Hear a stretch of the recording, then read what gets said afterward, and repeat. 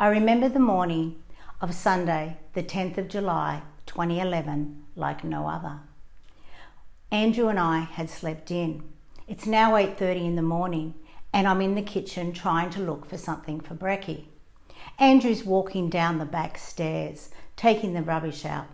As he opens the back door, he shouts out, "Bloody hell! Dan is asleep at the back door."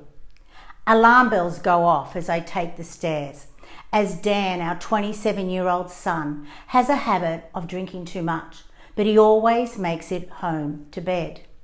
As I rush through the back door, I can see him lying there in the fetal position with saliva coming out of his mouth. "Dan, Dan, Dan, wake up, wake up!" Sometimes seconds seem like days when life is at stake. The paramedics arrive and then they say the words no mother, no parent ever wants to hear. "I'm sorry, madam. He's passed.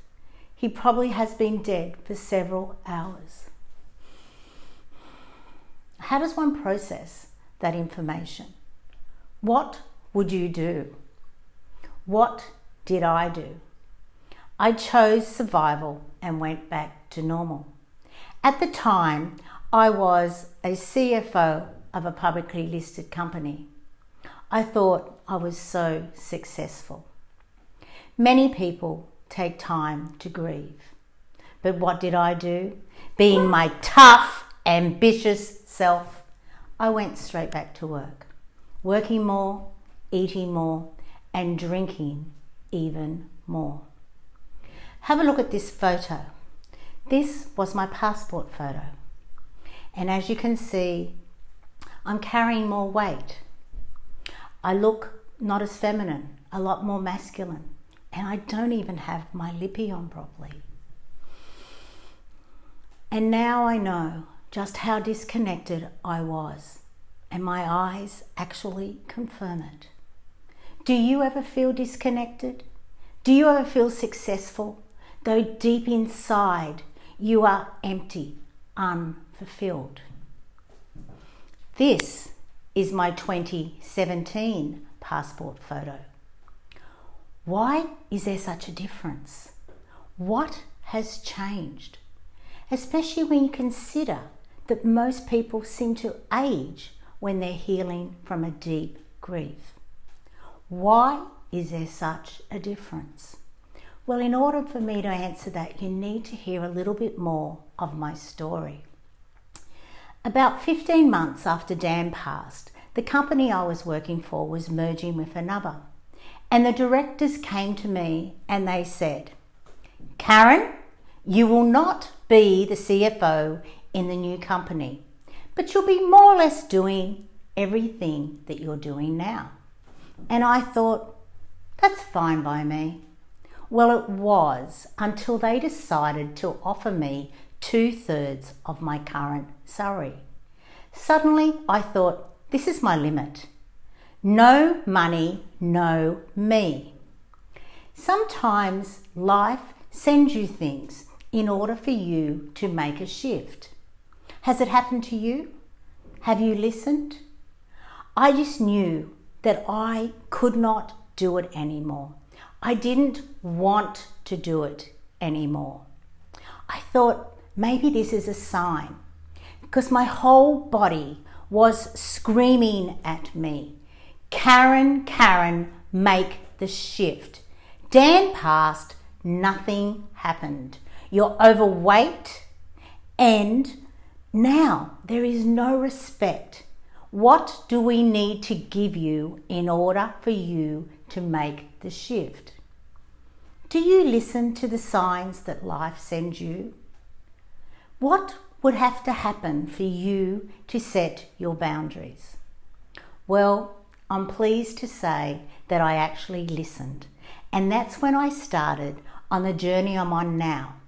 I like to call it the journey to becoming my own best friend, where I started to put me first, not from an ego perspective, more from the more I look after me, the more that I can look after others' perspective.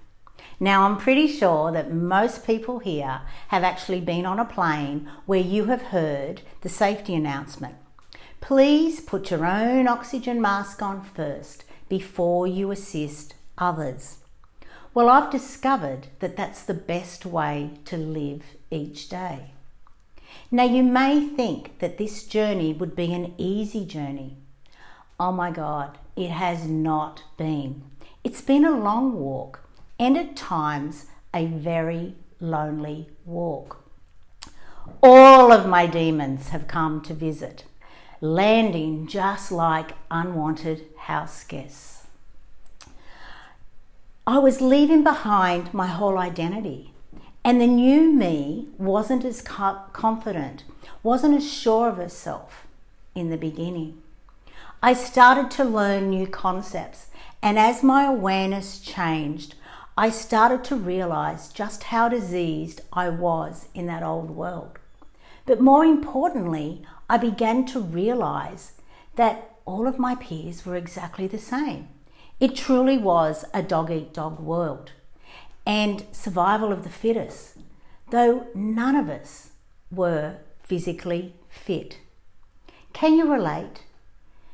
Have you been part of the world I'm describing? I began to realize that Dan had to pass in order for me to get my life-changing lessons so that I could wake up and start to learn all of my new concepts so that I could create my programs, so that I could actually step back into that world, so I could start to make a difference. I truly believe that Dan saved my life. As I know now that I was heading probably at 1,000 miles an hour towards a major illness, heart attack, stroke, diabetes, possibly even death. I have discovered that if you are the only person that you spend your entire life with, why are you putting yourself last and giving up on your dreams? I've also discovered that when you drift apart from the real you, life doesn't work. It may for a little while, but it won't long term. And I've discovered that you don't have to give up your health in order to get your wealth. How often do you ignore your body?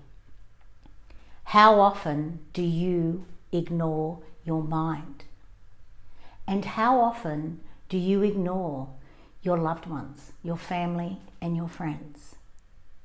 How often are you busy just being busy? And how often are you wasting your hard-earned money? And more importantly, how often do you tap dance to work and tap dance home? I'm truly grateful for the lessons that Dan's passing has given me.